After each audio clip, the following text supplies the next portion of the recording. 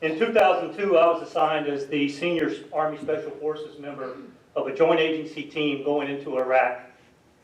I was informed the leader of that team was to be a man by the name of Sam Faddis, a CIA operations officer whom I had never met.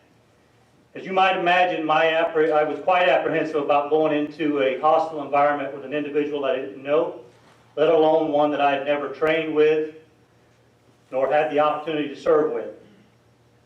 But my apprehension quickly disappeared the first time I met Sam. He would subsequently prove to be one of the best leaders I have ever served with and one of the best people I have ever known. Sam Faddis is not afraid to stand up for what is right, and he's not afraid to take action to correct something that is wrong. Time and again in Iraq, I saw Sam make extremely difficult decisions under stress and under the pressures that thankfully most will never face. And I hope nobody in this room has to face. Every time he chose the correct, but often hard course of action over the incorrect and sometimes easier one. When there's a problem, Sam solves it effectively and efficiently, even if the solution means greater adversity to him personally. Sam is not a career politician.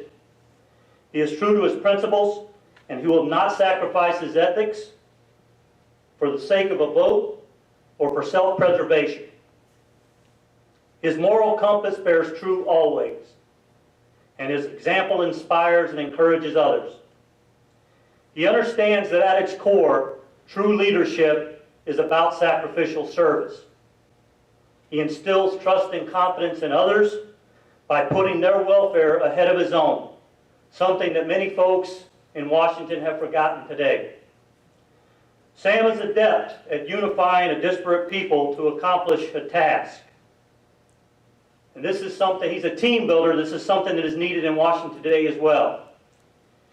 He values the opinions of others, and he understands the sides of all issues and gets to know the sides of all issues before making a decision.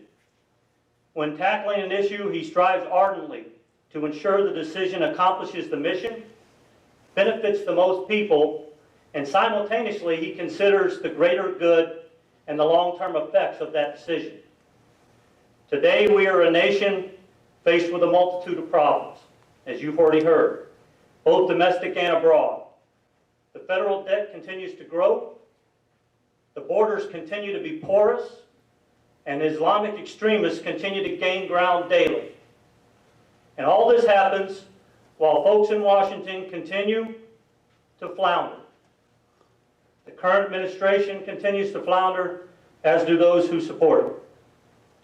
What we need now are leaders with solutions, and leaders with the intestinal fortitude to enact those solutions. Sam is such a leader.